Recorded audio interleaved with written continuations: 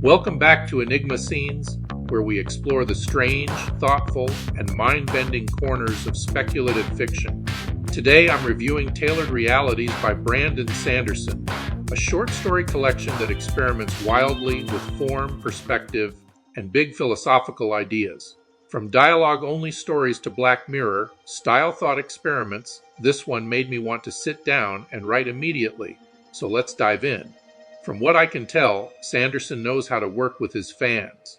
I admire him for his fantasy novels, his writing lectures on YouTube, and raising a lot of money for his own publishing endeavors. As far as his novels, most have been hits with me. I really enjoyed the Mistborn series. Crest of the Emerald Sea is another favorite. To be honest, however, after reading The Way of Kings, I'm not sure I want to finish the Stormlight Archive. I mean, the first book was a wonderful fantasy, but I found the world building too complex.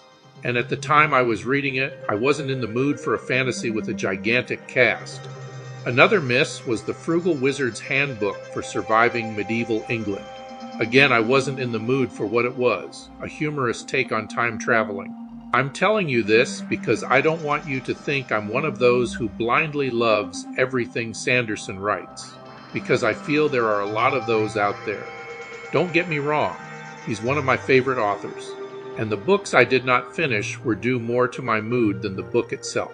I will probably try to read them again. Give them another chance.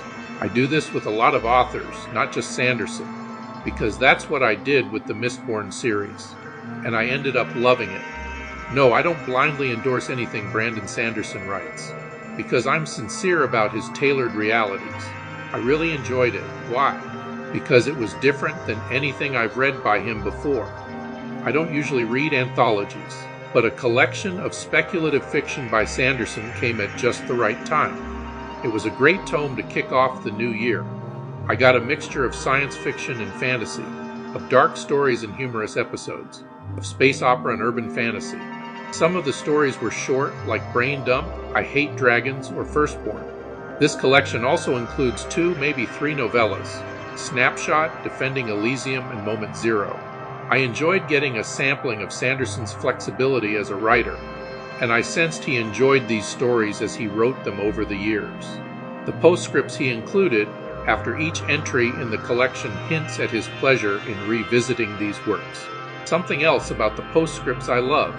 They made me want to write my own short stories in the sci-fi or fantasy category. I have a few I want to dust off. If you are a writer of any genre, you would learn a lot about how Sanderson sees his own writing craft, how he worked and reworded his stories, how he learned to become one of the world's best-known fantasy authors of the 21st century. I do recommend Tailored Realities to anyone who enjoys space opera or fantasy or even horror. If something isn't to your tastes, you can just move on to the next story. I didn't feel the need to do that.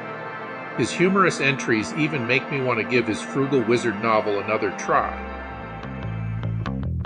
That's it for this episode of Aenigma Scenes. Those are my thoughts on Tailored Realities and why it's such a fun, craft-forward read. If you've read it, I'd love to hear which story stuck with you the most, so drop your thoughts in the comments. If you enjoyed this review, be sure to like, subscribe, and stick around. There's always another strange speculative world waiting just around the corner.